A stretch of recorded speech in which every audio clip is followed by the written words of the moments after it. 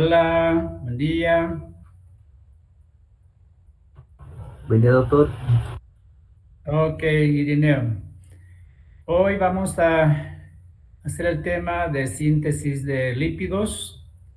Es un tema relativamente sencillo desde la perspectiva del que habla, porque es un proceso bioquímico complejo, pero la formación de un médico no requiere la complejidad que tenemos descrita en el libro.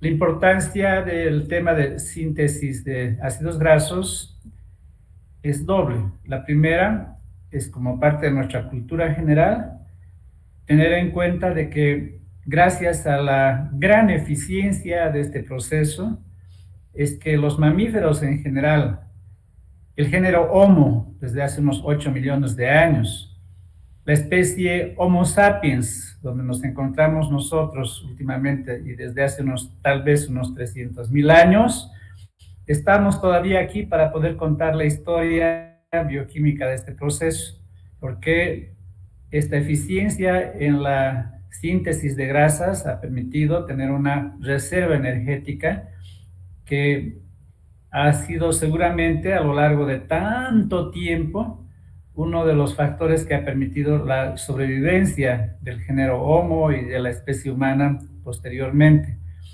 En innumerables épocas de catástrofes, de explosiones de volcanes, eras del hielo, cambios climáticos terribles, guerras.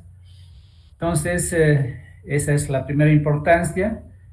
Tenemos que reconocer que la eficiencia, en segundo lugar, permite un problema de salud o facilita un problema de salud que es la obesidad. Entonces, esta es una situación que tiene dos caras, como una moneda. Por un lado, saber que gracias a ello podemos tener reservas energéticas, pero también gracias a ello tener un grave problema de salud que es la obesidad, con sus connotaciones como la aterosclerosis y el infarto de miocardio. Dicho esto, vamos a empezar entonces a desarrollar el tema.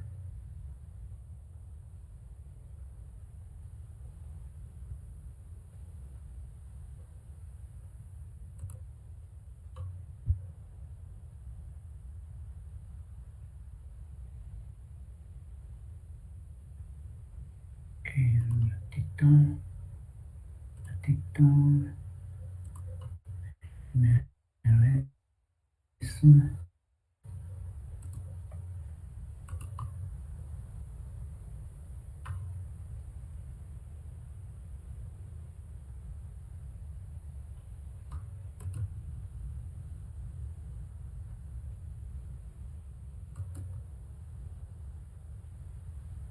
Carácter, qué cosas inventan, pues no había todo esto antes, aquí está.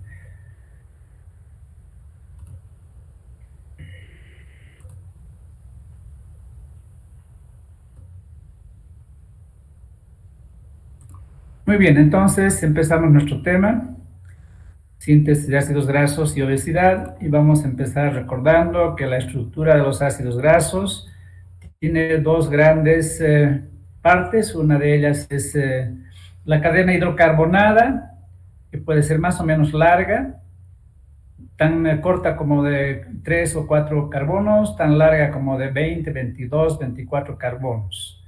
Y un extremo que es la cabeza del ácido mismo, del ácido graso, el ácido carboxílico.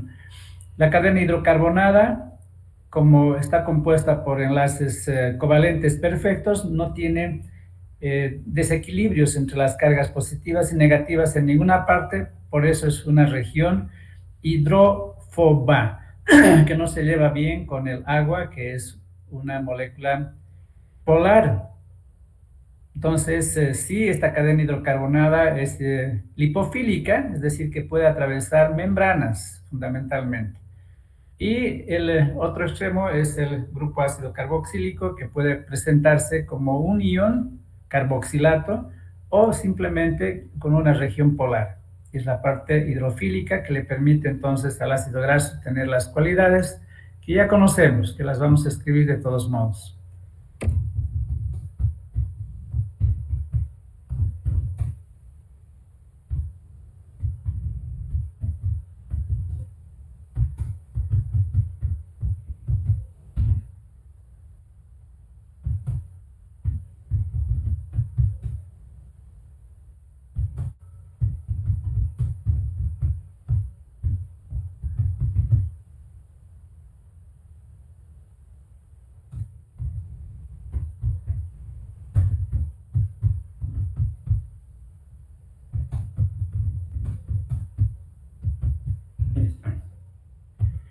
cualidades de los lípidos son que ellos permiten que se conformen membranas.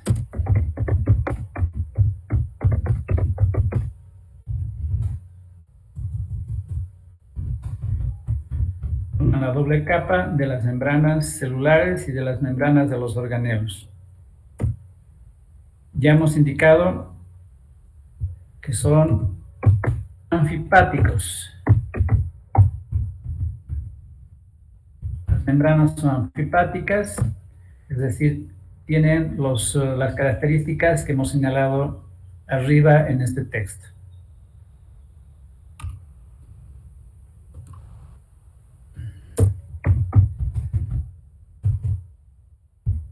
Son anfipáticas. Vemos acá en este gráfico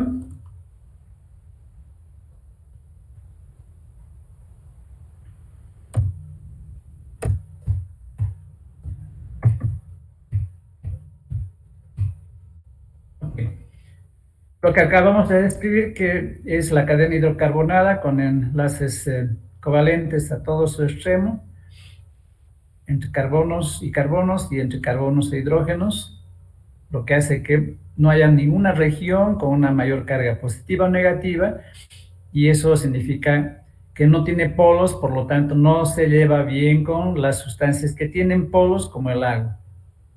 Y la parte del grupo ácido carboxílico, que puede donar este protón al medio y convertirse en un carboxilato, en un ion, o simplemente describir que en esta región del grupo alcohólico tiene una región con una mayor carga negativa, convirtiéndose en una región, valga la redundancia, polar, con un polo negativo. Este es el ácido palmítico. El ácido palmítico tiene 16 carbonos, incluido el carbono del grupo ácido carboxílico.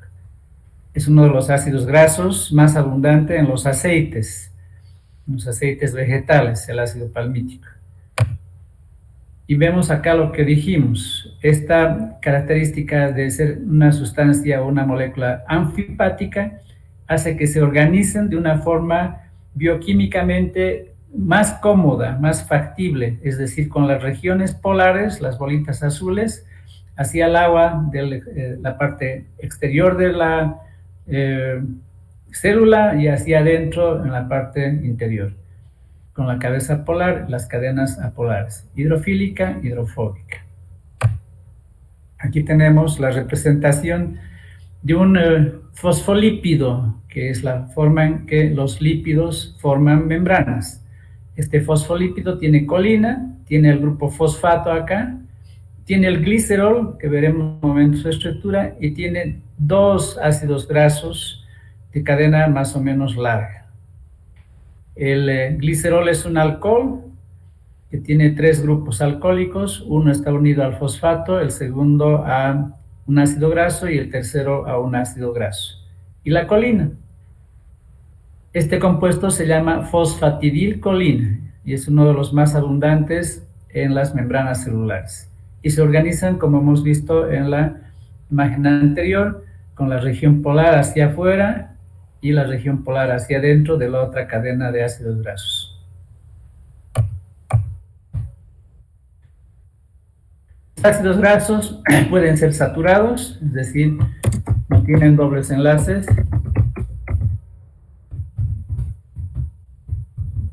Estos ácidos grasos saturados tienen un punto de fusión más elevado.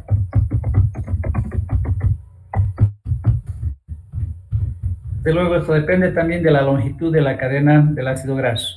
Cadenas muy cortas tienen un bajo punto de fusión, como por ejemplo el ácido butírico, que está presente en la mantequilla de la leche, que sabemos que fácilmente se derrite ante una pequeña elevación de la temperatura. Pero si las cadenas son largas, 16, 18, 20 carbonos, entonces, y además no tienen dobles enlaces, el punto de fusión es elevado. Estos ácidos grasos abundan en las grasas animales.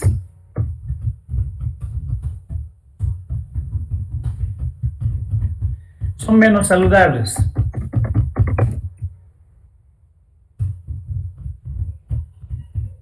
Están implicadas con mayor intensidad en el desarrollo de aterosclerosis.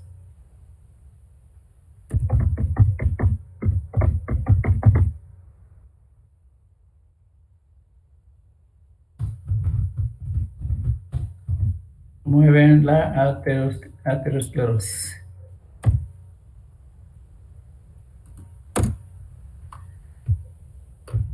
Los ácidos grasos insaturados abundan en los aceites vegetales.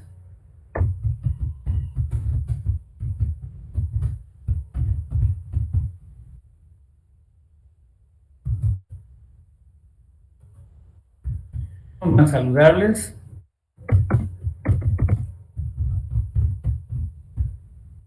Por supuesto, tienen un punto de fusión más bajo. Por eso están en forma líquida en general. También es importante en bioquímica tener en cuenta otra configuración que es la de los ácidos grasos cis y los ácidos grasos trans. Aquí tenemos, antes de pasar y escribir, aquí tenemos la imagen de un ácido graso saturado y aquí tenemos de un insaturado. Un doble enlace acá y fíjense, los hidrógenos están todos en el mismo lado y eso significa que este es un enlace cis.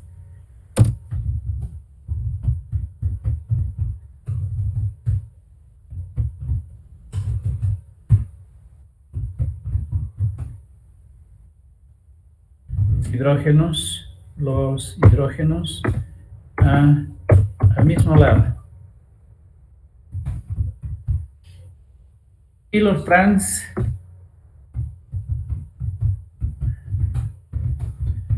los hidrógenos en lados contrarios.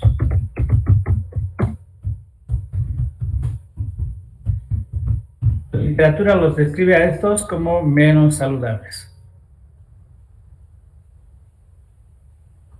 Aquí vemos las dos imágenes, un trans, fácil de acordarse. Transporte significa ir de un lado a otro, transatlántico, de atravesar el océano Atlántico, entonces trans significa al otro lado y cis significa del mismo lado. Los ácidos grasos esenciales. El organismo, hemos iniciado con ello, es capaz de sintetizar los ácidos grasos de diferente longitud de cadena, excepto dos de ellos, que son el ácido linoleico y el ácido linolénico.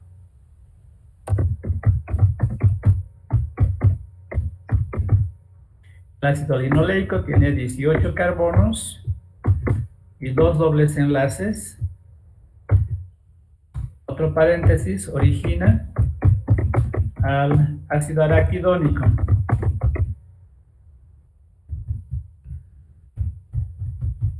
El ácido araquidónico, que es un ácido graso esencial, porque requiere el linoleico para poder ser sintetizado en nuestro organismo.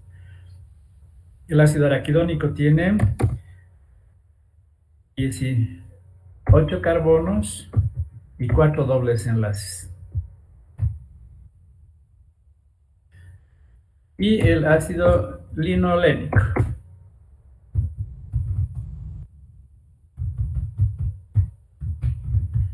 Tiene 18 carbonos, 3 dobles enlaces.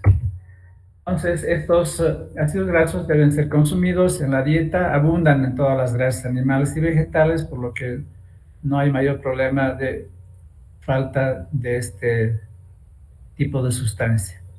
La síntesis de ácidos grasos es un proceso complejo de varios pasos y que básicamente utiliza para la síntesis, como es un proceso anabólico, sustancias que le permiten los procesos de reducción, que es un análogo de síntesis, que están basados básicamente en una coenzima que es el NAD-fosfato. El origen del NAD-fosfato es un proceso en el cual este se produce para permitir que la síntesis de ácidos grasos pueda desarrollarse en nuestro organismo. Entonces vamos a indicar que es un proceso complejo, es un proceso cíclico. En cada ciclo se usan dos NADPHs,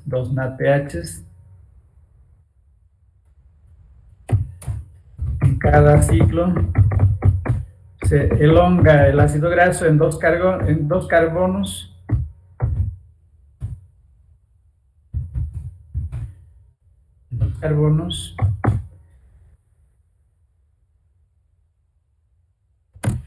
En cada ciclo se utiliza un derivado de la acetilcoenzima A al inicio del proceso.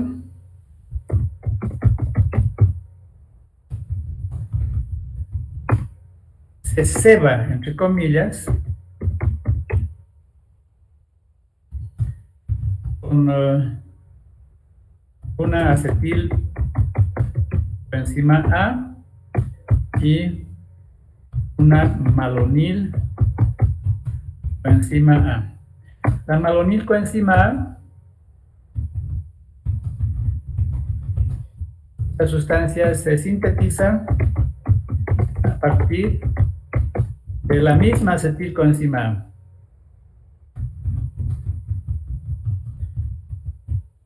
Okay. Y tiene dos carbonos. Y tiene tres carbonos, perdón. Bien, entonces al inicio, vamos a explicar esto, al inicio del proceso se ceba, es decir, entra no solamente una acetilcoenzima A, sino su compañera, que es una malonilcoenzima A. La acetilcoenzima A tiene dos carbonos. Entonces, eso nos permite entender que en cada ciclo se elonga, se alarga el ácido graso de 2 en 2 carbonos. Vamos a volver a explicar esto. Estamos dejando escrito. Entonces, los insumos para la síntesis de ácidos grasos son básicamente acetilcoenzima A. Y la elongación de los ácidos grasos, más allá de 18 carbonos, se realiza en el citosol, en la mitocondria.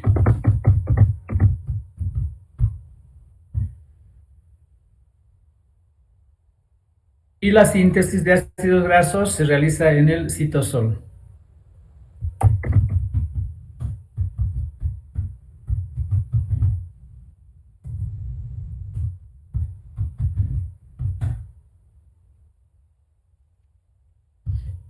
Muy bien.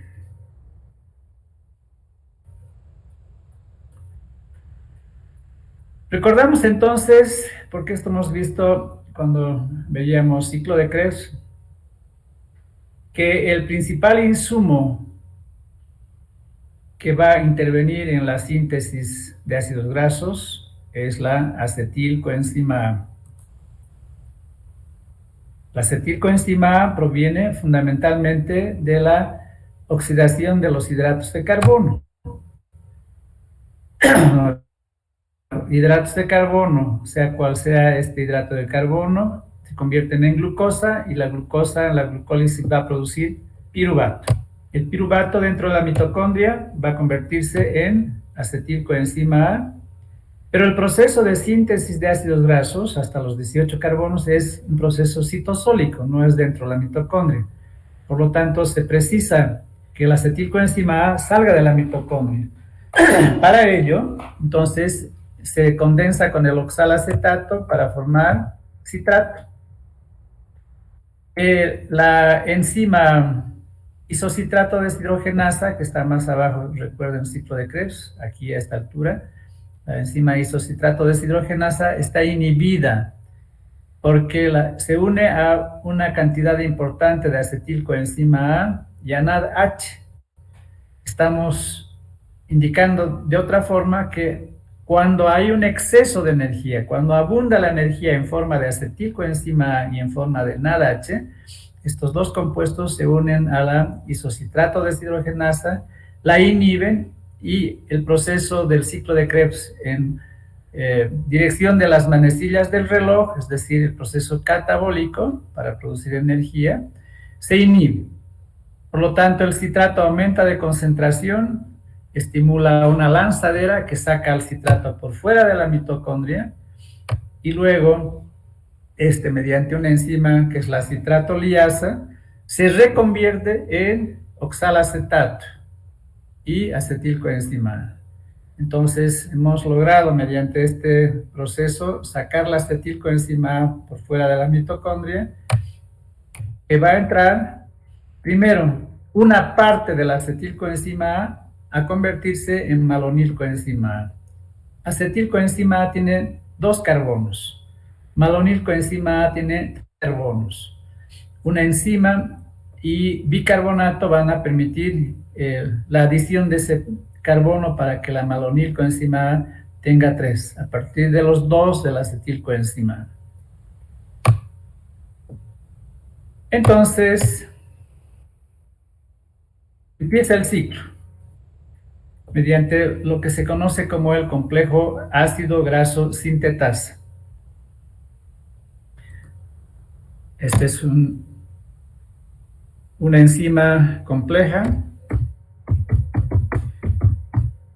con regiones de 7 actividades catalíticas.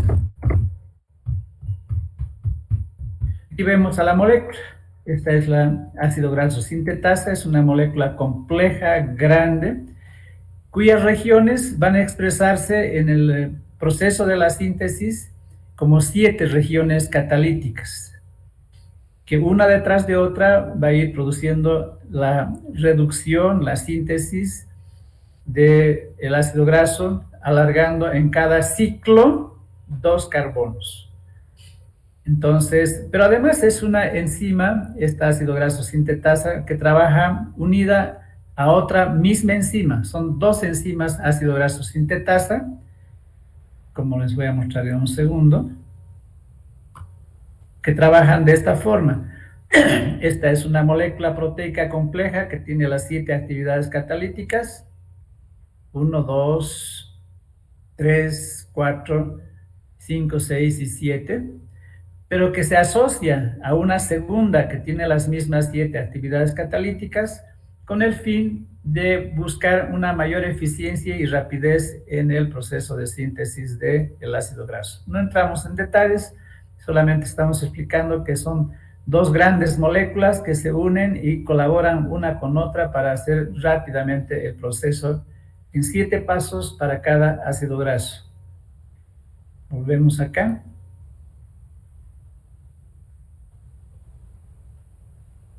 Entonces, inicialmente, una parte de la acetilcoenzima A se ha convertido en malonilcoenzima A. Acetilcoenzima A de 2 carbonos, malonilcoenzima A de 3 carbonos.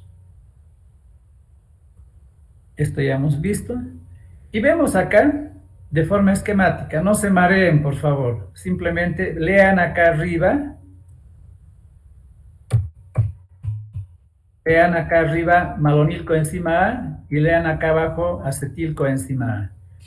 Estas 2 sustancias inician el proceso uniéndose a una región de la enzima ácido graso sintetasa.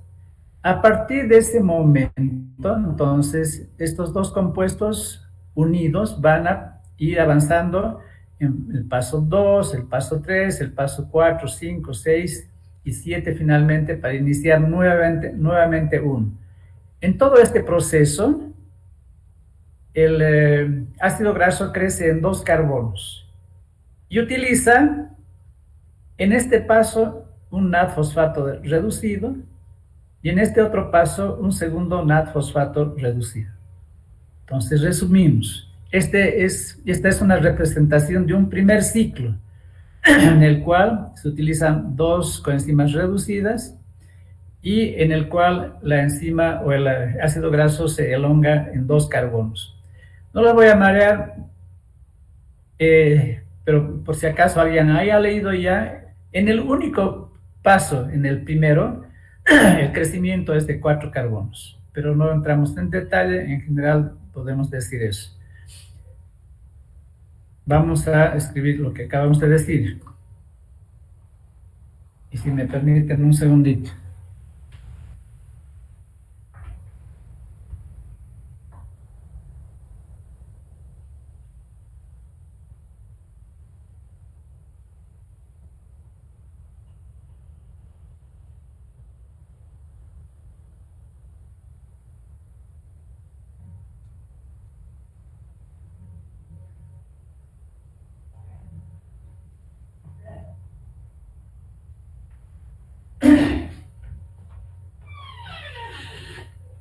Bien, entonces nuevamente vamos a describir que el proceso es cíclico.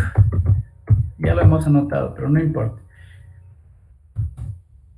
Para el ácido palmítico, tiene 16 carbonos. Van a ser 7 ciclos. 7 ciclos. En cada uno se elongan 2 carbonos. 2 carbonos. Excepto en el primero donde entra la malonilcoenzima A y la acetilcoenzima A. Por eso es 7 por 2, 14. Pero más 2 de la malonilcoenzima A, 15 y 16. En cada ciclo se usan 2 NAD-fosfatos reducidos. En total, 14 NAD-fosfatos.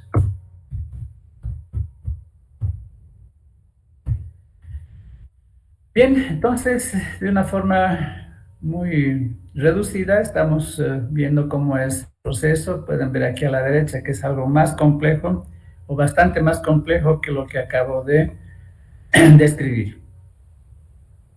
Una vez que se ha formado el ácido graso, sea de 14, 12, 16, 18, 20, 24 carbonos, estos van a esterificarse, es decir, se van a unir a un glicerol, esto que estamos señalando acá, esto que estamos englobando acá es el glicerol, vamos a verlos libre en un momento. Tiene 3 carbonos, tiene un grupo alcohólico acá que no vemos porque ya hay una unión con un ácido graso, un segundo acá y un tercero acá. Es un alcohol, el glicerol es un alcohol, al que se unen los ácidos grasos.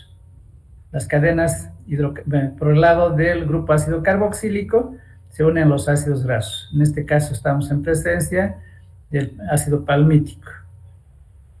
Para formar, en este caso, un triglicérido, que es la forma más abundante, más importante de almacenamiento de energía en nuestro organismo, en los adipocitos. Aproximadamente el 45% de todos los lípidos de nuestro organismo son triglicéridos. Aquí vemos la estructura del glicerol, aquí está más esquemático, tiene 3 carbonos y 3 grupos alcohólicos, acá abajo, aquí al centro y aquí arriba.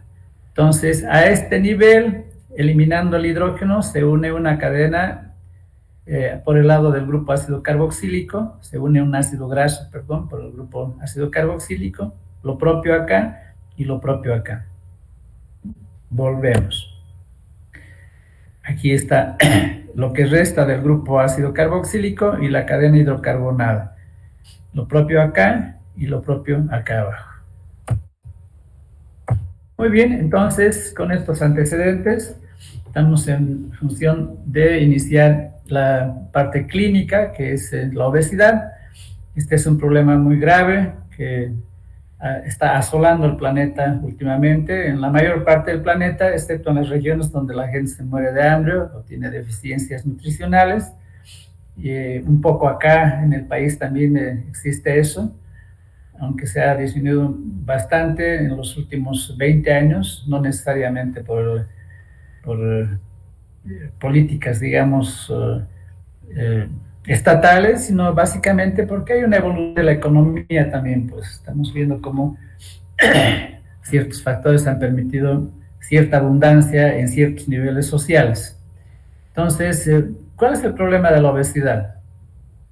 Es un factor de gran importancia, tal vez el más importante, en la acumulación de grasa en los tejidos, grasa en exceso en los tejidos, en el hígado, con lo que significa el hígado graso, y en el interior de las paredes vasculares, produciendo entonces esta acumulación de grasa en el endotelio vascular, el fenómeno de aterosclerosis.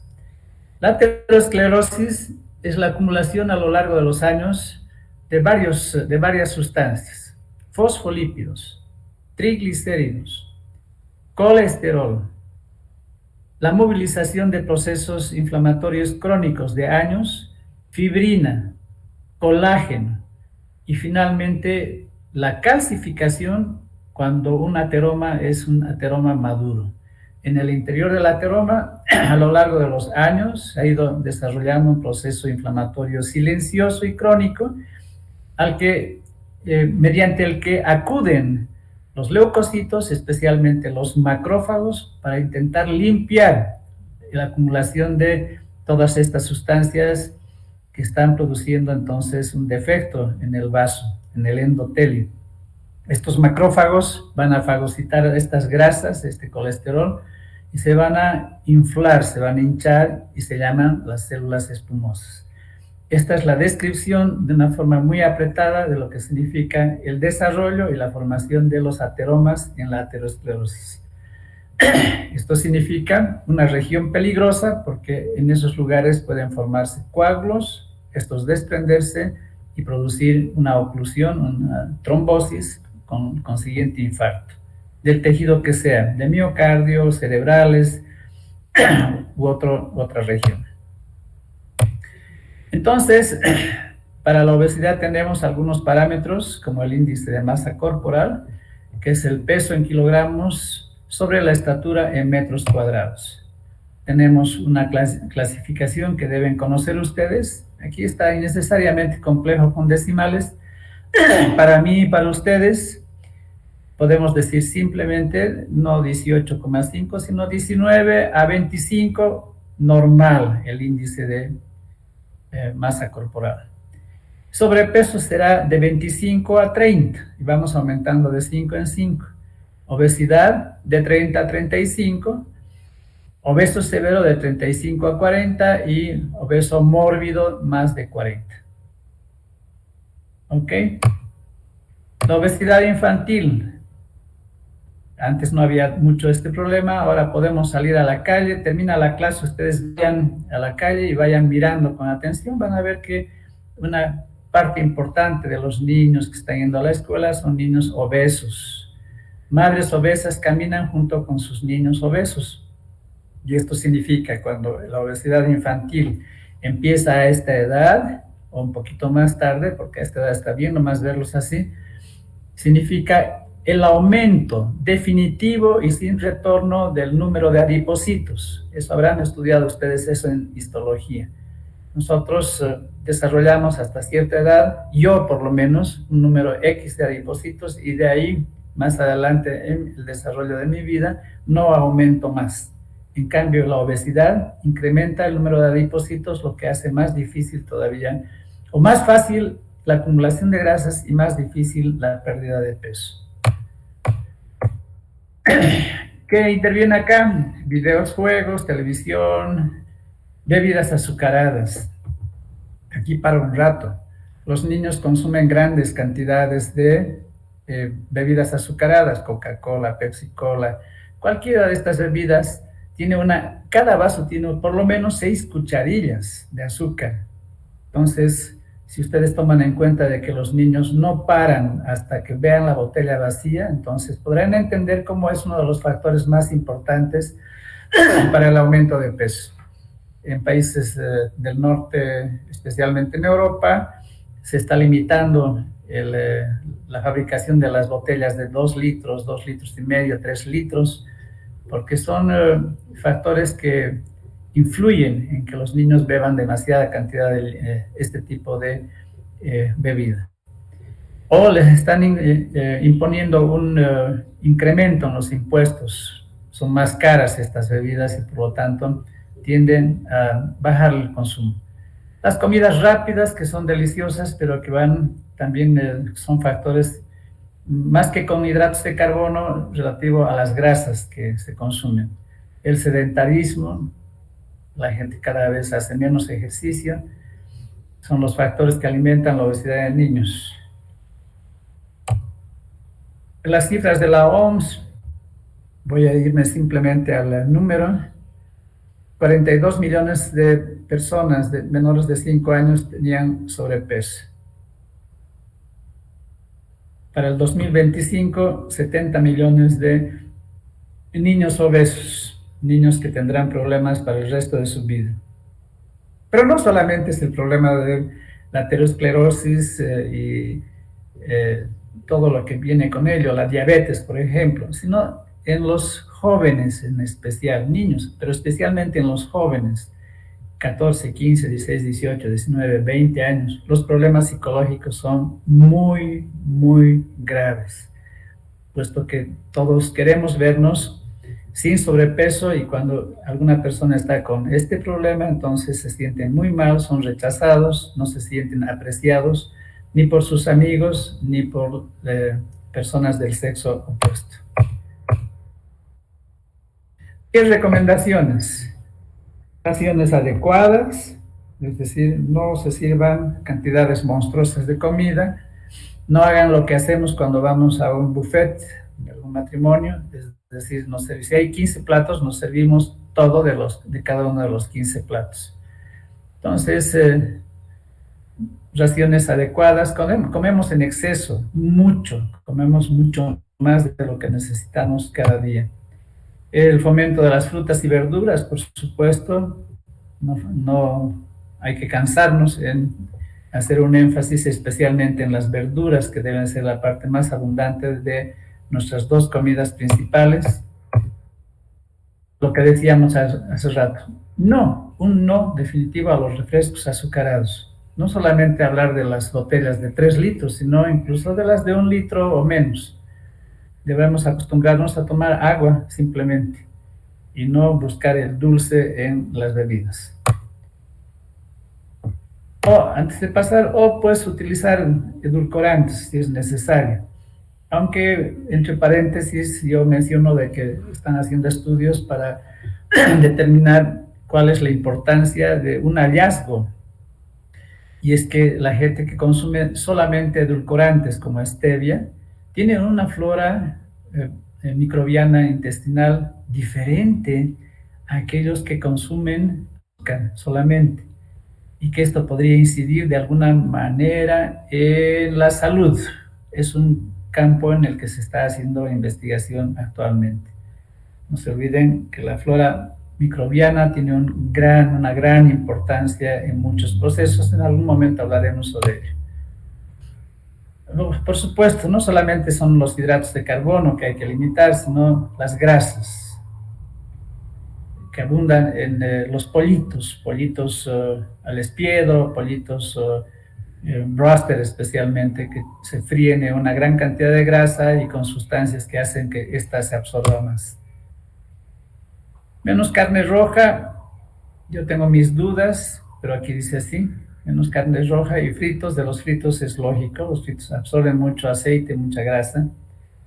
Pero la carne misma, la carne magra, sea carne roja o carne blanca de cerdo o de aves, no podemos decir que sea mala del todo, no tiene por qué, mientras sea una carne magra. El número de comidas, aquellos niños pequeños, comer menos y con mayor frecuencia en raciones más reducidas para evitar las ansias y el hambre. Un desayuno saludable y mucha agua. Familias sin distracciones, estos son ya costumbres del buen vivir. Y los deportes. Aquí yo paro un momentito para indicar de que para bajar de peso no basta la dieta. Si es posible, si la persona está en condiciones físicas, el hacer deporte diario de por lo menos unos 40 minutos, un deporte que sea moderadamente exigente, un trote o en maquinarias de un gimnasio, van a permitir coadyuvar de una forma muy importante a la dieta para reducir peso o para mantener un peso en niveles adecuados. Cambios en la dieta, ya hemos hablado de todo esto, la reducción de calorías y una clave para, aquí abajo, una clave para no tener mucha hambre es tomar agua. Eso va a distender el estómago y ese es un factor importante para sentir saciedad, la distensión del estómago. Entonces, agua junto con los alimentos. Ya hemos hablado de las opciones saludables, la restricción de ciertos alimentos y me paro aquí abajo. Desconfiar de las soluciones rápidas. En internet y en todas partes podemos encontrar montonera de dietas tontas, casi toditas. Las dietas keto que les dicen o las dietas keto son tonteras y debemos entender de que para reducir peso de una forma importante se necesita mucho tiempo y una dieta razonable. No podemos exigir que una persona deje de comer, no podemos exigir que una persona se muera de hambre en una dieta de 10 días o de 15 días, porque inmediatamente de que haya bajado de peso unos 5 kilos, 6 kilos, termina la dieta y nuevamente reponen el peso de una forma muy rápida. Entonces eso no es razonable, no tiene, no hay cómo mantener esto a lo largo de una vida. Por eso lo que hay que hacer es cambiar de estilo de vida, comer bien, no hidratos de carbono en la mayor proporción posible, carne magra y gran cantidad de ensalada. Y con eso entonces más ejercicios diarios vamos a permitir la pérdida de peso a lo largo de meses, de muchos meses, y la manutención de esa pérdida a lo largo del tiempo.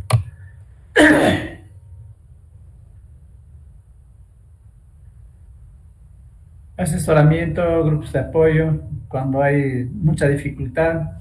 El asesoramiento con un endocrinólogo es importante porque va a incidir psicológicamente también el hecho de pagar mismo la consulta para bajar de peso. ¿Qué cosas se hace en obesos mórbidos? Son los bypass gástricos, en los que se crea una especie de saco en la parte superior del estómago. Posteriormente se corta el intestino delgado y se conecta con este saco. Entonces la comida irá directamente de ese saco que se ha cortado del estómago hacia el intestino, omitiéndose una gran parte del intestino para que no se absorba la misma cantidad de alimentos. Bandas gástricas, que son una especie de cinturones en el estómago para impedir que haya una cavidad grande, para que se distienda con poca alimentación. Derivación biliopancreática es otra cirugía, manga gástrica es otra cirugía. ¿Qué decimos de fármacos? Para empezar, decirles de que no hay ninguna magia hasta ahora y que se sigue investigando. Pero deben saber ustedes que hay algunos como las anfetaminas, que son drogas de abuso que producen dependencia. Son drogas de abuso, son drogas controladas, producen dependencia, pero producen también, disminuyen el apetito.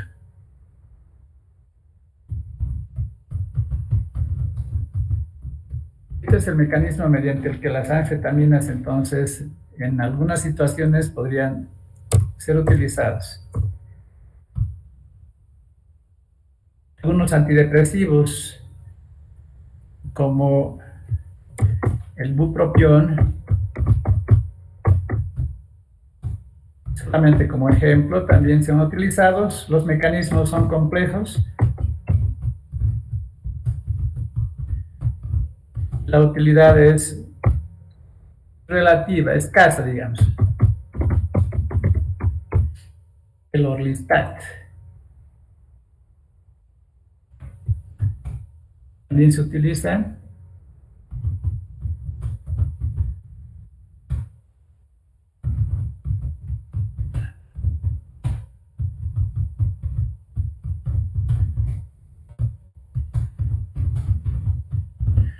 Las lipoproteínas de muy baja densidad, que son proteínas que transportan lípidos de un lado a otro del organismo, transportan mucho lípido cuando son de muy baja densidad.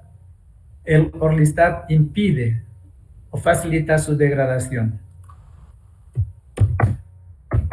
El clofibrato fija lípidos en el intestino,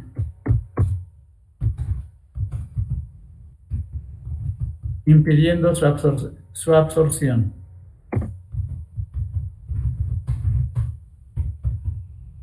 Impidiendo la absorción de estos.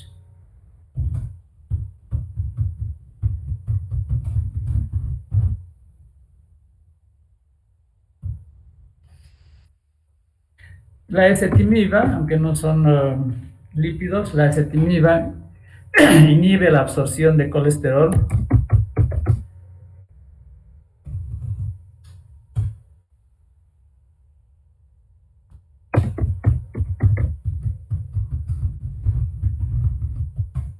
El intestino. El naltrexone es un opioide derivado de la morfina.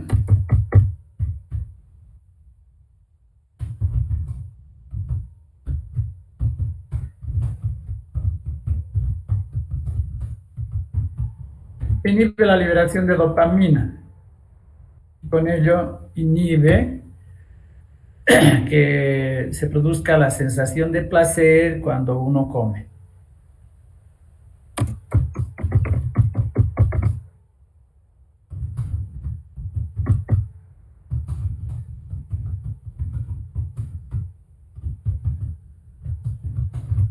Ok, entonces, esto es todo, jóvenes, en cuanto al tema de síntesis de lípidos y obesidad. ¿Alguna pregunta?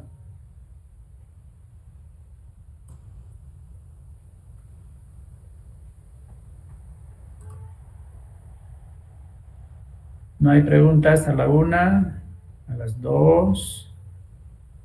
El día de mañana, viernes, continuamos con el tema de eicosanoides. Si no hay preguntas, hasta mañana, muchachos. Chao. Hola, doctor.